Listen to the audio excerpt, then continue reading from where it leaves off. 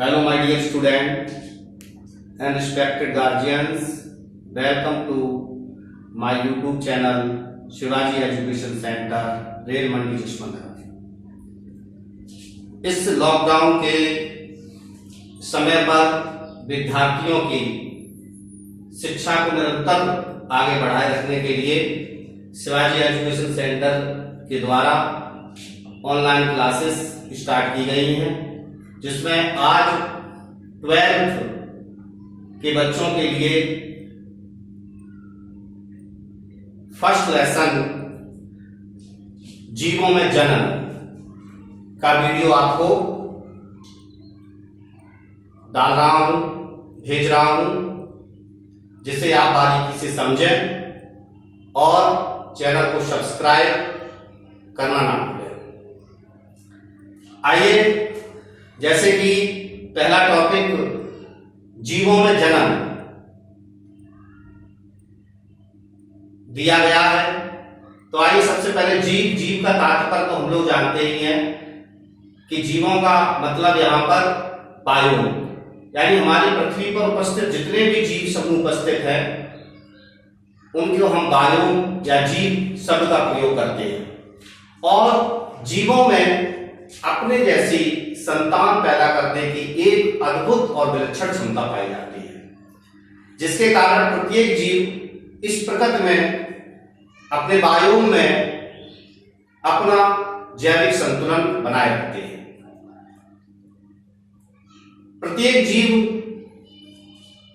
कोशिका सिद्धांत के आधार पर बताया जाता है कि प्रत्येक जीव का निर्माण कोशिका से हुआ है और कोशिका में विभाजन करने की एक प्राकृतिक क्षमता पाई जाती है। ये प्राकृतिक क्षमता ही कोशिका से कोशिका के निर्माण की जो प्राकृतिक क्षमता ही है, ये प्रजनन को निर्धारित करती है, जनन को निर्धारित करती है। प्रजनन, जनन, जिसे हम इंग्लिश में रिप्रोडक्शन कहते हैं। अंग्रेजी वर्ड रिप्रोडक्शन का हिंदी जो मीन है वो प्रजनन और जनन से लिया जा रहा है, लेकिन प्रजनन और जनन में कुछ बारीक डिफरेंसेस भी हैं। आइए पहले उस डिफरेंसेस पर भी थोड़ी चर्चा करना चाहूंगा। प्रजनन एक प्रक्रिया है और जनन एक क्रिया है। जनन का अर्थ होता है पैदा होना, लेकिन प्रजनन जो है ना वो पैदा होने की संपूर्ण क्रिया को दर्शाता है। जैसे एक सेल से दूसरी सेल का बनना सेल रिप्रोडक्शन, सेल जनन है, लेकिन एक सेल से सेल, अब सेल का निर्माण डीएनए द्वारा, डीएनए का रेप्लिकेशन, डीएनए से डीएनए का बनना, फिर वो डीएनए एक सेल्स का निर्धारण करेगी, सेल्स मिलकर एक जीव का निर्धारण करेगा और एक जीव एक नए जीव का निर्धारण करता है। तो ये जो प्रोसेस चल रही है, इस पूरी संपूर्ण प्रोसेस को हम प्रजनन कहेंगे और जनन एक स्टेप को कहेंगे। जैसे कि सेल से सेल का बनना, जीव से जीव बन जाना, ये जनन है। तो आइए आपके सिलेबस के अकॉर्डिंग चलते हैं। लेसन 1 जीवों में जनन। साधारण रूप से जीवों में जनन को हम परिभाषित कर सकते हैं कि जीवधारियों द्वारा अपनी प्रजाति की संतान उत्पन्न करना जनन है। प्रत्येक जीव अपने जैसी संतान को पैदा करता है और प्रत्येक जीव द्वारा जो अपने जैसी संतान पैदा करने का जो गुण होता है, इसी लक्षण को हम जनन कहते हैं। Produce the same new species while living organism, यानी जीवधारियों द्वारा अपने जैसी जाति का निर्माण करना, उत्पन्न करना जनन कहलाता है। जनन जो है वो जीवों का एक विशिष्ट लक्षण है। कोशिकाओं के विभाजन की क्षमता ही जीवों को प्रजनन करने में सक्षम बनाती है, अतः प्रजनन जनन जीवों का एक विशिष्ट लक्षण भी है। दार्शनिक आधार पर इसको हम परिभाषित कर सकते हैं कि प्रजनन किसी जीव के अंत का प्रारंभ है, यानी किसी भी जीव का अंत का जो प्रारंभ होता है उसे प्रजनन दार्शनिक भाषा में कहा गया है। Reproduction is the beginning of end of an individuals. आइए तो ये तो जनन की परिभाषा है। मैं पुनः एक बार बताता हूं कि जीवधारियों द्वारा अपनी प्रजाति की संतान उत्पन्न करना जनन कहलाता है। डियर स्टूडेंट, अब जनन की क्या भूमिका है, रोल ऑफ रिप्रोडक्शन। आइए जनन की भूमिका को भी समझते हैं। यहां पर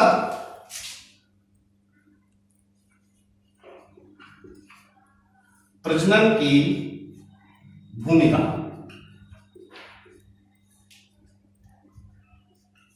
रोल ऑफ रिप्रोडक्शन। प्रजनन की क्या भूमिका है हमारी जीव विज्ञान में। तो देखिए, प्रजनन की पहली भूमिका तो यह है कि प्रजनन से प्रजाति की निरंतरता बनी रहती है।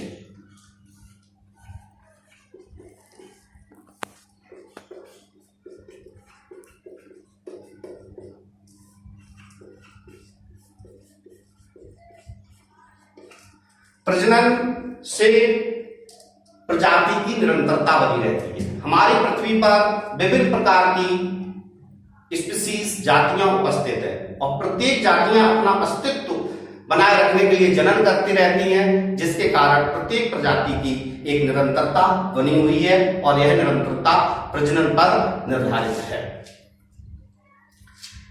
दूसरा भूमिका क्या है जीव विज्ञान में, क्या रोल है प्रजनन का। प्रजनन जीवों में विभिन्नताओं के स्रोत के रूप में कार्य करते हैं और विभिन्नता ही जैव विकास का आधार है। तो अतः हम कह सकते हैं जैव विकास की भूमिका।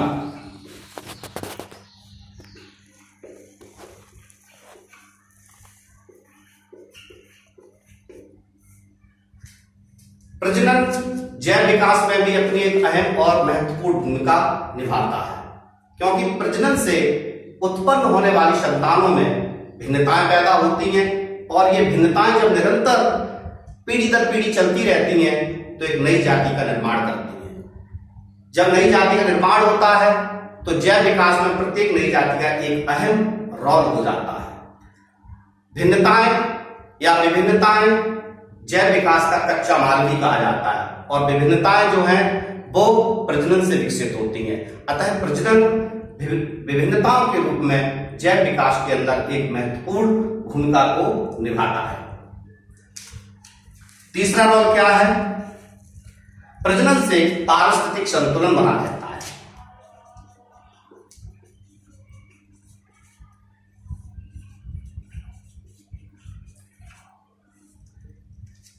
आइए इस टर्म्स को भी समझते हैं। पारिस्थितिक संतुलन, देखिए मैंने प्रारंभ में ही कहा था कि हमारा जो बायोम है, हमारा जो जीवीय समूह है, हमारी पृथ्वी पर विभिन्न प्रकार के जीव समूह उपस्थित हैं। विटेकर के अनुसार मोनेरियन, Protista, Fungi, Plantae and animal, ये 5 समूह हमारी पृथ्वी पर जीवों का नेतृत्व करते हैं और ये पांचों समूह जीवों की ये पांचों समूह हमारे पर्यावरण का निर्धारण भी करते हैं, पर्यावरण का संतुलन भी बनाते हैं।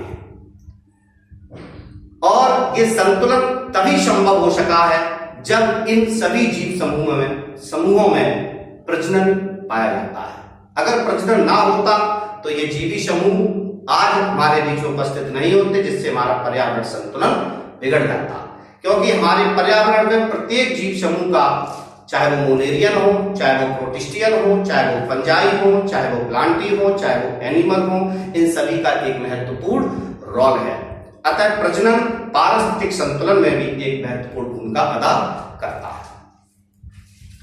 इसके बाद प्रजनन का एक भूमिका और आती है जिसे कहते हैं फूड सिक्योरिटी, खाद्य सुरक्षा।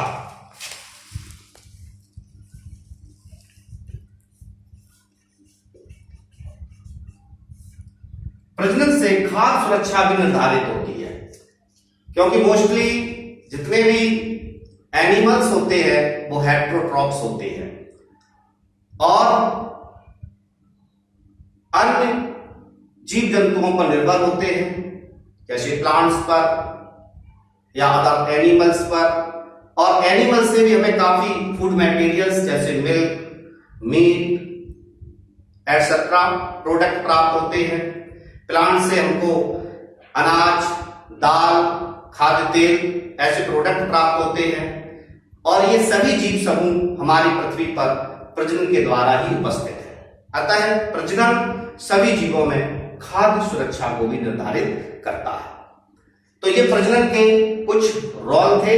इंटरमीडिएट की परीक्षाओं में ये प्रश्न काफी महत्वपूर्ण भी बनता है और काफी बार ये पूछा भी गया है और इस प्रश्न को एनसीईआरटी के माध्यम से कभी कभी घुमा करके भी प्रस्तुत किया जाता है कि इस प्रकार से, जैसे आपसे पूछा जाएगा कि प्रजनन की भूमिका खाद्य सुरक्षा के क्षेत्र में समझाइए, या प्रजनन की भूमिका को जैव विकासीय क्षेत्र में समझाइए, या प्रजनन की भूमिका को पारिस्थितिक संतुलन के रूप में समझाइए, या प्रजनन की भूमिका को प्रजाति की निरंतरता के रूप में समझाइए। तो डियर स्टूडेंट, आज अभी हमने आपको जनन क्या है परिभाषित किया है, जनन का रोल क्या है इसको बताया है। आइए अब हम आगे बढ़ते हैं और जनन के टाइप्स ऑफ रिप्रोडक्शन, प्रजनन के प्रकार के विषय में आपसे चर्चा करते हैं।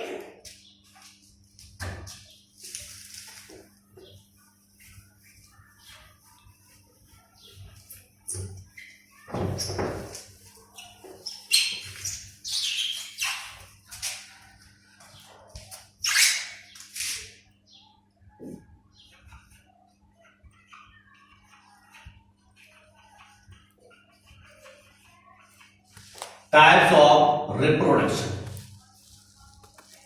प्रजनन के प्रकार।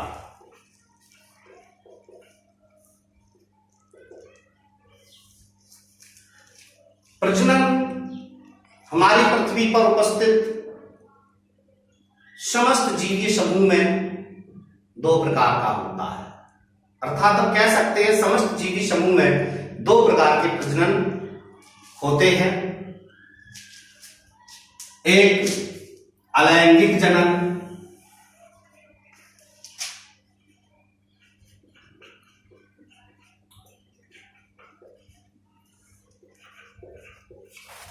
Asexual reproduction,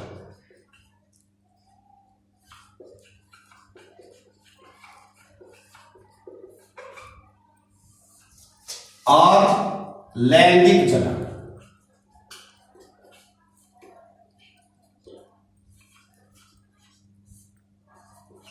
sexual reproduction.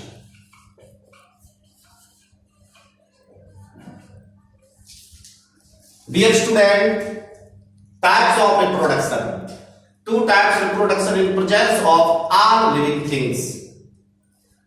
सभी जीवधारियों में दो प्रकार का प्रजनन पाया जाता है, asexual reproduction and sexual reproduction. आइए डिस्कस करता हूं असेक्सुअल रिप्रोडक्शन क्या है। अलैंगिक जनन,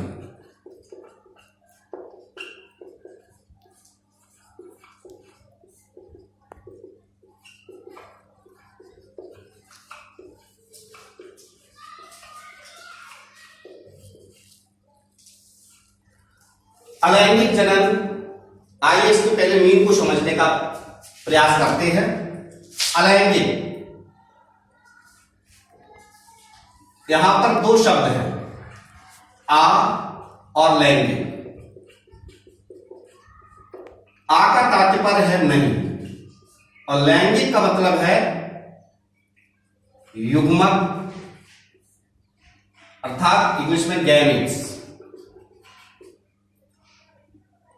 अर्थात ऐसा जनन जिसमें युग्मक नहीं है या लैंगिक अंग, sex organs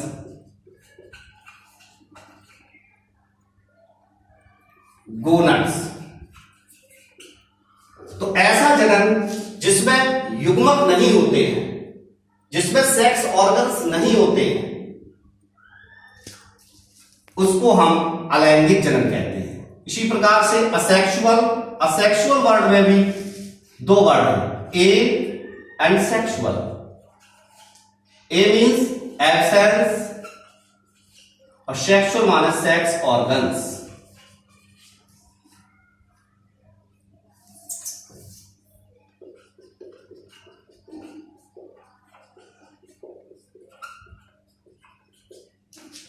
sex organs, I mean gonads और गैमेट्स। तो डियर स्टूडेंट, ऐसा जन्म जिसमें लैंगिक अंग, सेक्स ऑर्गन्स जैसे gonads, male gonads and female gonads, gametes, युग्मक नहीं होते हैं, ऐसे जन्म को हम अलैंगिक जन्म कहते हैं।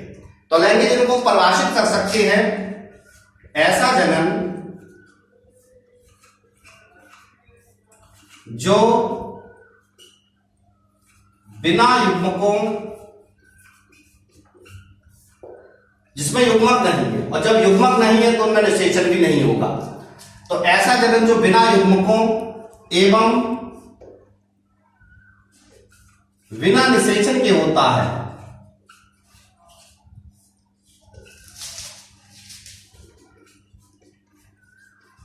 उसे असेक्सुअल रिप्रोडक्शन कहते हैं। अब इस जन्म की कुछ विशेषताएं हैं, आइए इस जन्म की कुछ विशेषताओं को भी देखते हैं। प्यारे विद्यार्थियों, आप बोर्ड से स्क्रीनशॉट लेकर के इसको नोट भी कर सकते हैं।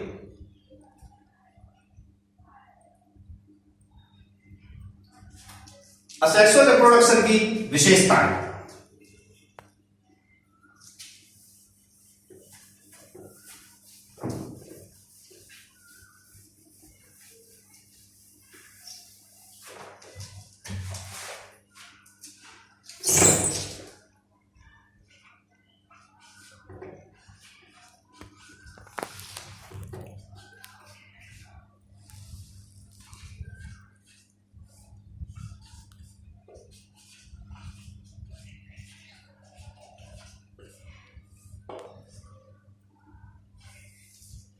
Characteristic of asexual reproduction।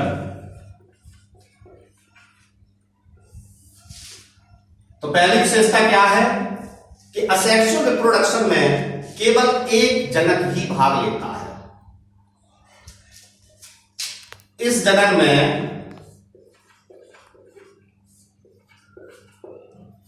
केवल एक जनक भाग लेता है, ठीक, यानी कि सिंगल पेरेंट ही न्यू जनरेशन को पैदा करता है। Participate only one parent. Asexual reproduction जो होता है ना, वो without gametes and without fertilisation होता है। अब दूसरी विशेषता क्या है कि असेक्सुअल रिप्रोडक्शन में जो संतति बनती है वो एक दूसरे के क्लोन होते हैं। इस जन्म में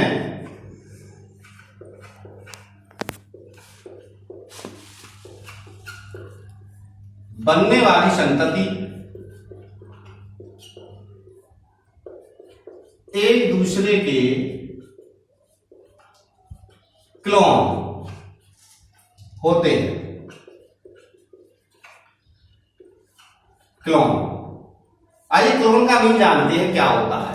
तो पहले तो पॉइंट ये जानिए, क्लोन केवल असेक्सुअल रिप्रोडक्शन में ही बनते हैं। क्लोन उन्हें कहते हैं जो मॉर्फोलॉजिकली और जेनेटिकली अर्थात वाह्य संरचना और आनुवंशिकी के रूप में समान होते हैं।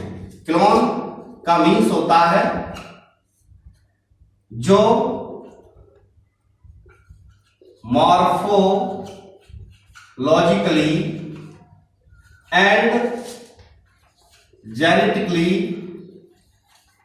सेम होते हैं, अर्थात ऐसे जीव जो बाह्य संरचना और आनुवंशिकीय रूप से समान होते हैं उन्हें क्लोन कहते हैं। लेकिन डियर स्टूडेंट्स, ये ध्यान रखेंगे कि क्लोन सिर्फ असेक्सुअल रिप्रोडक्शन में ही बनते हैं। कंपटीशन की दृष्टि से ये क्वेश्चन बहुत इंपॉर्टेंट है और काफी बार ये परीक्षाओं में पूछा गया प्रश्न है कि क्लोन किस जनन में बनते हैं। तो क्लोन असेक्सुअल रिप्रोडक्शन बनते हैं और ये मॉर्फोलॉजिकली और जेनेटिकली सेम होते हैं, अर्थात इनकी बाह्य संरचना बिल्कुल समान होती है और इनकी जो जेनेटिक संरचना होती है वो भी समान होती है। अर्थात इसमें क्या होता है कि क्लोन जो मदर सेल्स होती है, ये मदर सेल्स सिंगल पेरेंट, अभी मैंने आपको बताया था कि असेक्सुअल रिप्रोडक्शन में सिंगल पेरेंट ही भाग लेता है, जिसको हम मदर सेल कहते हैं।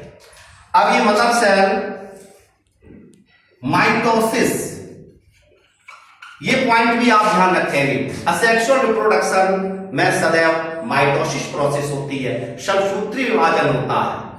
इसके फलस्वरूप मदर सेल्स दो डॉटर सेल्स बनाती है, ये डॉटर सेल्स है और ये दोनों daughter cells morphologically and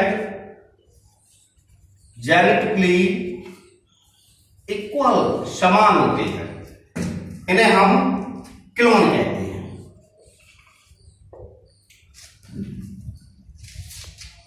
dear students, asexual reproduction में कोई भी गैमेट्स और गोनेट्स नहीं बनते हैं और ना ही इनमें, बहुत इंपॉर्टेंट पॉइंट है, कोई भी जेनेटिकली वेरिएशन होता है।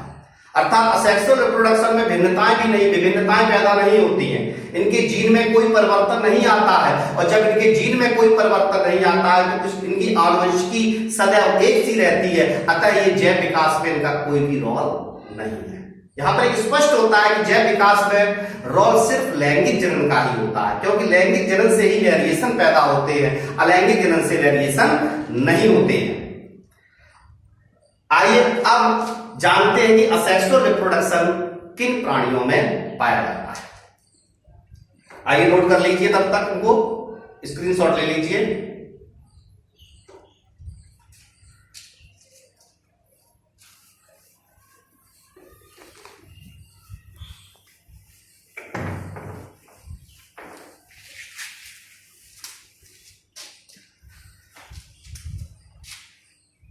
उदाहरण, यानी कि किन जीवों में अलैंगिक जनन पाया जाता है। तो प्रिय विद्यार्थियों, अलैंगिक जनन निम्न स्तर के प्राणियों में पाया जाता है।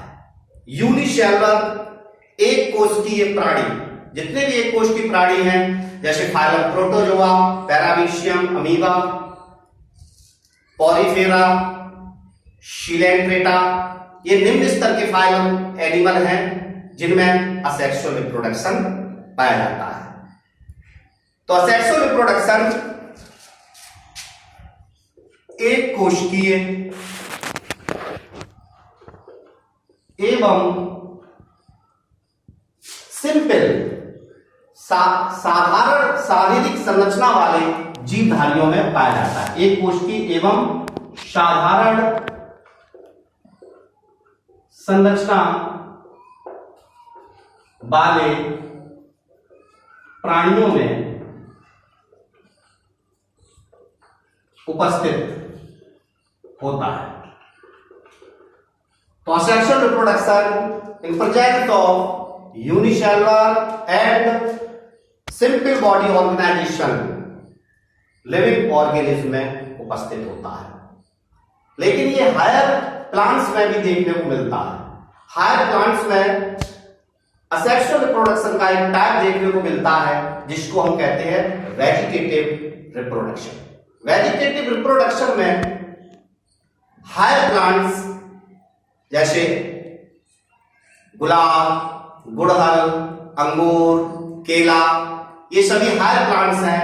इनका जो वेजिटेटिव पार्ट होता है, कायिक भाग जो होता है, जैसे स्टेम, रूट्स, लीव्स, इनसे नए पौधे का निर्माण हो जाता है। तो असेक्सुअल रिप्रोडक्शन का एक पार्ट है वेजिटेटिव रिप्रोडक्शन जो हायर प्लांट्स में देखने को मिलता है। तो तो इसके एग्जाम्पल को भी आप याद रखेंगे कि असेक्सुअल रिप्रोडक्शन एक कोशिकीय और साधारण संरचना वाले प्राणी उपस्थित होता है, लेकिन multicellular complicated body organisations higher plants में भी ये उपस्थित होता है और हायर प्लांट्स में ये वेजिटेटिव रिप्रोडक्शन के रूप में पाया जाता है। असेक्सुअल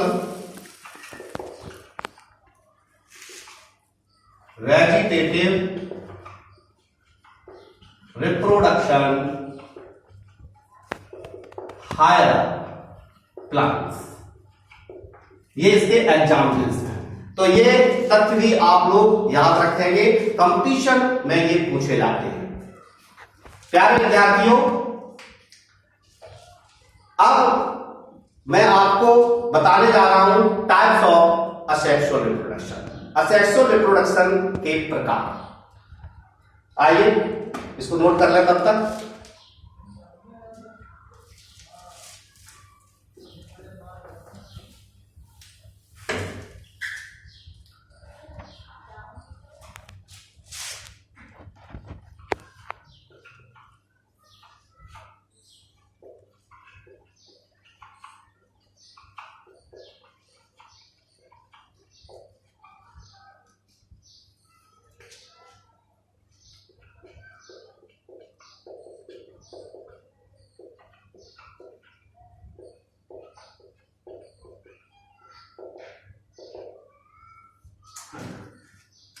प्रिय विद्यार्थियों, dear students and respected guardians, reproduction में अब आपको मैं बताने जा रहा हूं types of asexual reproduction, asexual reproduction के प्रकार। जितने भी जीवधारी हैं वो कितने प्रकार से असेक्सुअल रिप्रोडक्शन करते हैं। तो असेक्सुअल रिप्रोडक्शन जो है ना, वो डिफरेंट टाइप का लिविंग ऑर्गेनिज्म में पाया जाता है, अर्थात सभी जीवधारियों में डिफरेंट टाइप का सेक्सुअल रिप्रोडक्शन पाया जाता है, जिसमें से एक टाइप होता है फिजन। असेक्सुअल रिप्रोडक्शन टाइप में नंबर 1 एक टाइप है fission, by fission.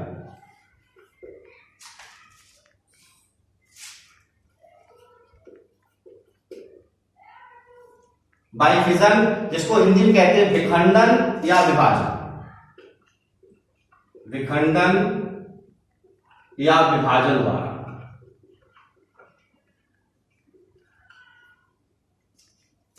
Dear students, by fission a method of asexual reproduction.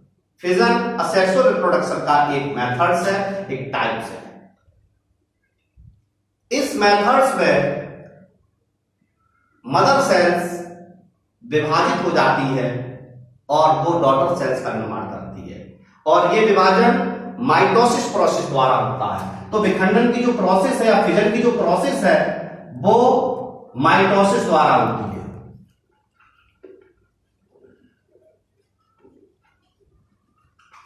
Mitosis द्वारा होती है। माइटोसिस के द्वारा जो मदर सेल्स होती है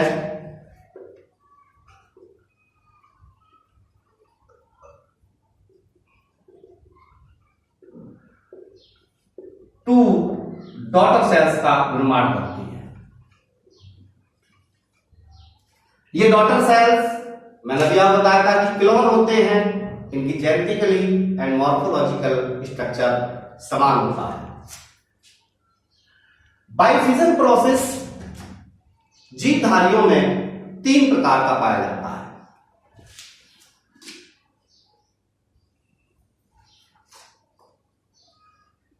वेरी इंपॉर्टेंट टॉपिक है ये कंपटीशन के लिए कि फिजन जो प्रोसेस है असेक्सुअल रिप्रोडक्शन की, वो सभी जीवधारियों में 3 प्रकार की होती है। फर्स्ट प्रोसेस irregular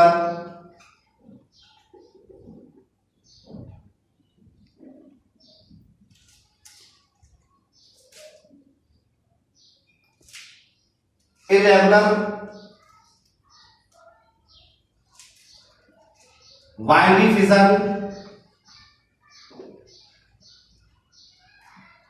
एक मिनट मैं आपको यहां पर अवगत करा दूं कि फिजन प्रोसेस जो होती है ना वो 2 टाइप्स की होती है, binary fission and multiple fission.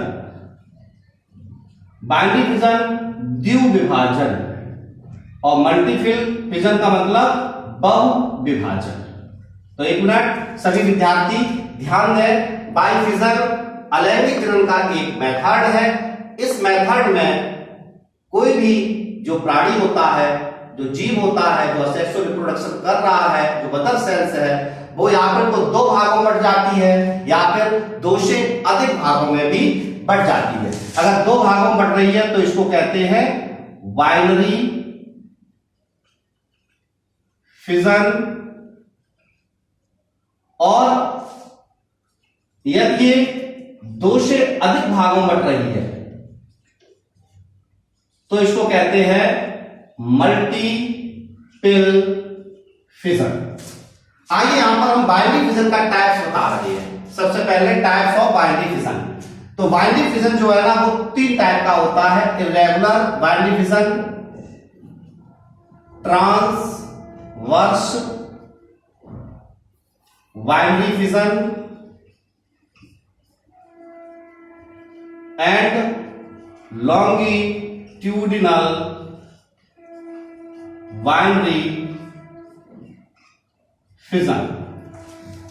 Irregular binary fission का मतलब होता है कि जो इर्रेगुलर बाइनरी फिजन द्वारा कोई भी जो लिविंग ऑर्गेनिज्म सेक्सुअल रिप्रोडक्शन कर रहा है उसकी बॉडी कहीं से भी 2 हिस्सों में बढ़ जाती है, और इस प्रकार का बाइनरी फिजन अमीबा में पाया जाता है। यानी अमीबा की सेल्स जो है ना, अमीबा का जो बॉडी है वो कहीं से भी 2 हिस्सों में बढ़ जाती है। इसको कहते हैं irregular binary fission. Most important competition पूछा जाता है, irregular binary fission in presence of amoeba. Transverse binary fission जो है ना ये पैरामीशियम में पाया जाता है। इसमें क्या होता है कि पैरामीशियम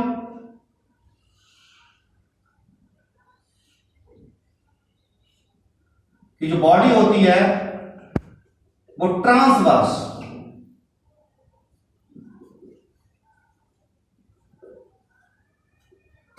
रूप से 2 हिस्सों में बढ़ जाती है, और longitudinal binary fission in presence of Euglena.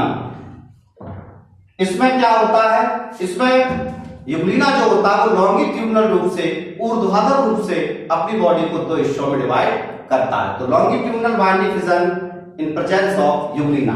Irregular binary fission को हम अनियमित द्विविभाजन कहते हैं। ट्रांसवर्स को अनुप्रस्थ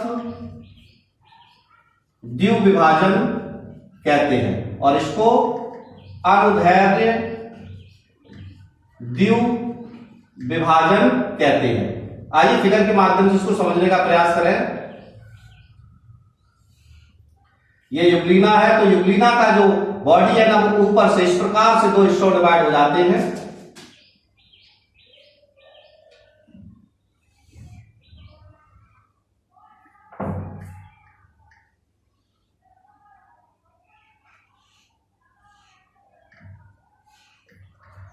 यहां से 2 हिस्सों डिवाइड हो जाते हैं, और एक यूग्लिना से अर्थात एक मदर यूग्लिना से 2 डॉटर यूग्लिना बन जाती है। तो प्यारे विद्यार्थियों, अलैंगिक जनन के एक टाइप बाइफिजन को पुनः एक बार देखते हैं। बाइफिजन का मीन होता है विखंडन या विभाजन। इसमें जीव अपने शरीर को विभाजित करता है। विभाजन के लिए ये 2 प्रकार से विभाजन कर सकता है, बाइनरी फिजन जिसमें अपने शरीर को ये 2 भागों में बांट लेता है, और मल्टीपल फिजन जिसमें मदर सेल्स कई भागों में बढ़ जाती है, मोर देन 2, लगभग 1000 भागों में ये बढ़ सकते हैं, जैसे प्लाज्मोडियम। बाइनरी फिजन 3 प्रकार का होता है, irregular binary fission, transverse binary fission and longitudinal binary fission. Irregular binary fission में क्या होता है कि जीव का जो शरीर होता है कहीं से भी 2 हिस्सों में बढ़ जाता है, और ये अमीबा में पाया जाता है। ट्रांसवर्स बाइनिफिजन क्या होता है कि जीव का शरीर अनुप्रस्थ रूप से, ट्रांसवर्स रूप से दो हिस्सों में डिवाइड हो जाता है और मदर सेल से दो डॉटर पैरामीशियम बनके तैयार हो जाती है। लॉन्गिट्यूडनल बाइनिफिजन में जो लिविंग ऑर्गेनिज्म होता है, जो यूग्लिना होता है, वो लॉन्गिट्यूडनल रूप से दो भागों में बढ़ जाता है और एक यूग्लिना से दो डॉटर यूग्लिना बनके तैयार हो जाते हैं। आइए इसको नोट कर लीजिए आप लोग स्क्रीनशॉट द्वारा।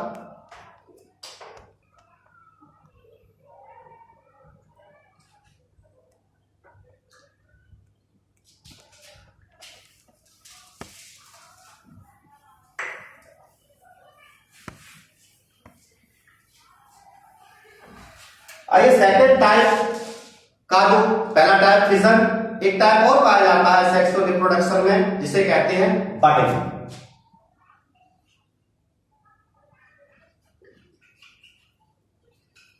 बडिंग मुकुलन। तो देखिए मुकुलन भी एक असेक्सुअल रिप्रोडक्शन का टाइप है और इस प्रकार के अलैंगिक जनन में नए जीवधारी का निर्माण जनक कोशिका, यानी कि जो प्राणी नए जीव का निर्माण कर रहा है उसको जनक प्राणी कहते हैं। तो इस प्रकार के अलैंगिक जनन में जनक प्राणी के यानी कि पेरेंट एनिमल या पेरेंट ऑर्गेनिज्म में आउटग्रोथ बन जाती है और इसी आउटग्रोथ को कहते हैं बर्थ। धीरे धीरे ये बर्थ बड़ा होने लगता है और पेरेंट एनिमल से अलग होकर के एक न्यू डॉटर का निर्माण करता है, न्यू डॉटर सेल्स का निर्माण करता है। इस प्रकार का असेक्सुअल रिप्रोडक्शन ईस्ट और हाइड्रा में पाया जाता है। एक विशेष प्रकार के बर्ड्स और देखने को मिलते हैं फाइलम पॉलीफेरा में जिसको कहते हैं जेम्यूल। तो जेम्यूल भी एक विशेष प्रकार का वर्ड है। इस वर्ड को हम इंटरनल वर्ड भी कहते हैं। तो इंटरनल वर्ड ये ध्यान रखें, point very important. Internal word sponge में बनते हैं और इस इंटरनल वर्ड का नाम है जेम्यूल। तो जेम्यूल द्वारा एक असेक्सुअल रिप्रोडक्शन स्पंज में पाया जाता है और बडिंग प्रोसेस द्वारा ईस्ट और हाइड्रा में पाया जाता है। इस प्रोसेस में क्या होता है, जैसे ईस्ट मदर सेल है, ये इन ईस्ट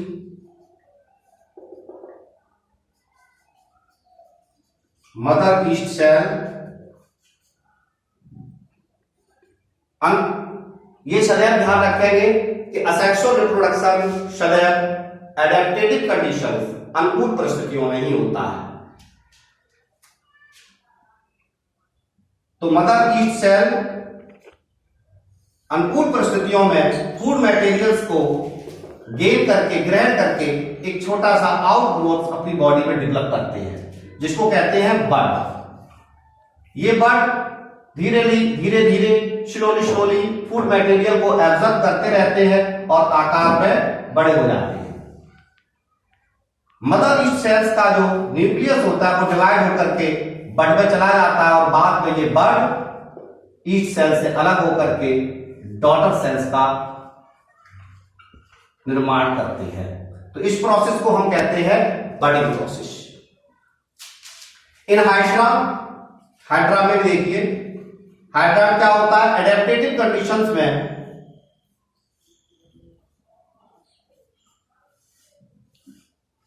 हाइड्रा से भी एक बड का निर्माण होता है। धीरे धीरे ये बड फूड मटेरियल्स को एब्जॉर्ब करके बड़ा होने लगता है और इसके स्वतंत्र सिरे पर टेंटाकल्स बनना प्रारंभ हो जाते हैं। बाद में ये बड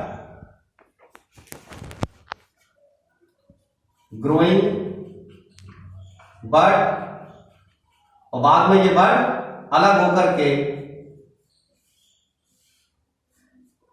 एक न्यू हाइड्रा का डेवलपमेंट करता है।